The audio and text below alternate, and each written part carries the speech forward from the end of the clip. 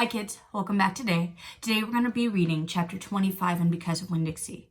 If you'll remember yesterday, Winn Dixie ran away and Opal and her daddy, the preacher, went around the whole town looking for him, but they didn't find him.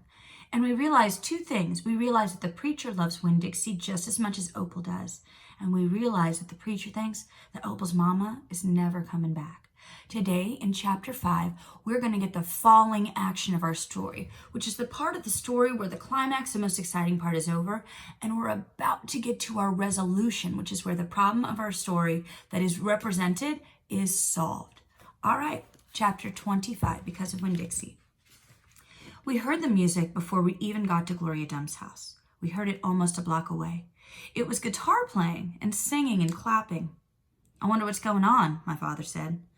We walked up Gloria's sidewalk and around back, through her yard and into the kitchen. And what we saw was Otis playing his guitar, and Miss Franny and Gloria sitting there smiling and singing, and Gloria holding Sweetie Pie in her lap. Amanda and Dunlap and Stevie were sitting on the kitchen floor, clapping along and having the best possible time. Even Amanda was smiling. I couldn't believe they were so happy when Winn Dixie was missing. "We didn't find him!" I shouted at them. The music stopped and Gloria Dump looked at me and said, "Child, we know you didn't find him. You didn't find him because he was right here all along." She took her cane and poked at something under her chair. "Come on out up here," she said. There was a snuffle and a sigh. "He's asleep," she said. "He's plumb wore out."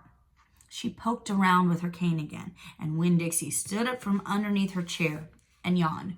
"Winn Dixie!" I hollered. "Dog!" Gertrude squawked. Winn Dixie wagged his tail and showed me all of his teeth and sneezed. I went pushing past everybody. I dropped to the floor and wrapped my arms around him. "Where have you been?" I asked him. He yawned again. "How did you find him?" I asked. "Now there's a story," said Miss Franny. "Gloria, why don't you tell it?" "Well," said Gloria Dumb, "we was all sitting around waiting on you two, and after I convinced these Dewberry boys that I ain't no scary witch all full of spells and potions." "She ain't no witch," Stevie said. He shook his bald head. He looked kind of disappointed. "Ah," said Dunlap, "she ain't. If she was, she would have turned us into toads by now." He grinned. "I could have told you that she wasn't a witch. Witches don't exist," said Amanda. "They're just myths." "All right now," said Gloria. "What happened is that we got all the way through them witchy things, and then Franny said, 'Why don't we have a little music while we wait for you two to get back?' And so Otis played his guitar. And woo-wee, there ain't a song that he don't know. And if he don't know it, he can pick right up if you hum it to him. He has a gift." Gloria stopped and smiled over at Otis, and he smiled back. He looked all lit up from the inside.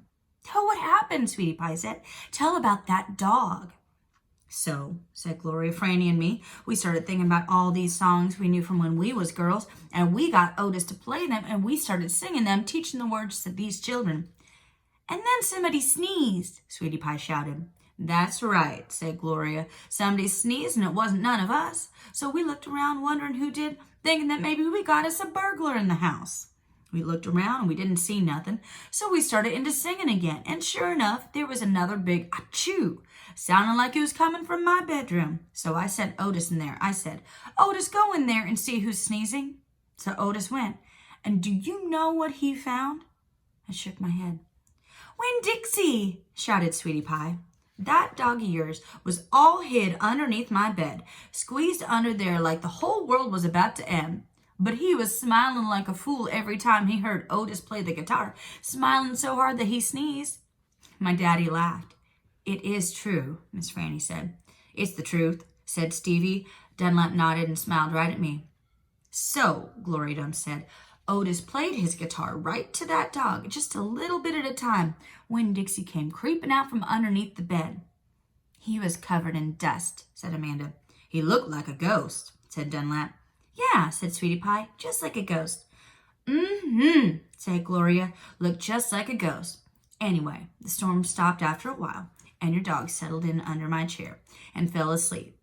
And that's where he's been ever since, just waiting on you to come back and find him. Winn Dixie, I said. I hugged him so tight he wheezed.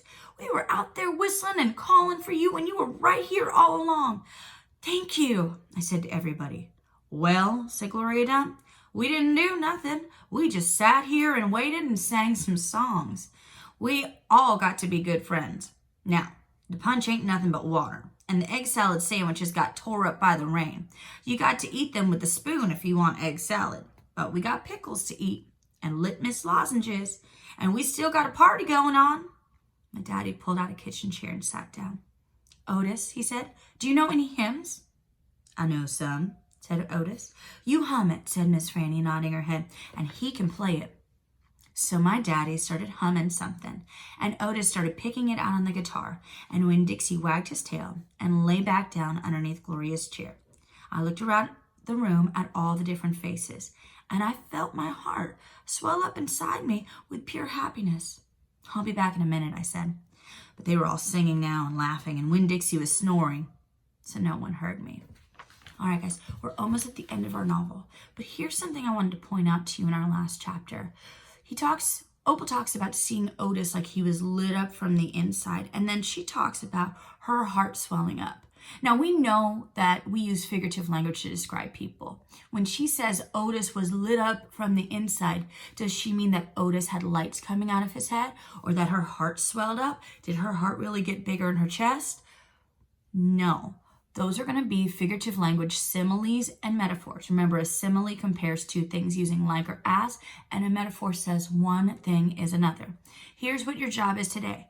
I want you to go around your house, and I want you to see if you can use a simile, remember that compares two things using like or as, and a metaphor to describe somebody in your family and try to make them feel like they are lit up from the inside, or like their heart is swelling 3 sizes. All right, thanks so much, guys. We'll see you again tomorrow for the conclusion of Because of Winn Dixie.